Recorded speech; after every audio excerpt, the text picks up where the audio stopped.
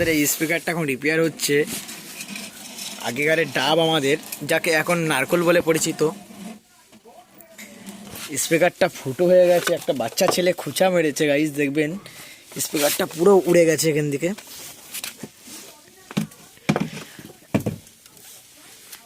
এই স্পিকারটাকে এখন রিপেয়ার করা হবে।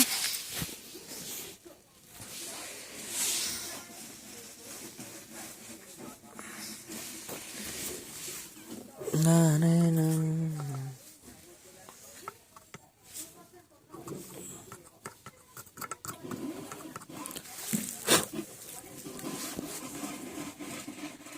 আমাদের বক্স রেডি হয়ে গেছে সরস্বতী পুজোর জন্য।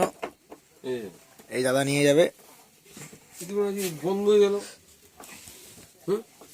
কি হলো?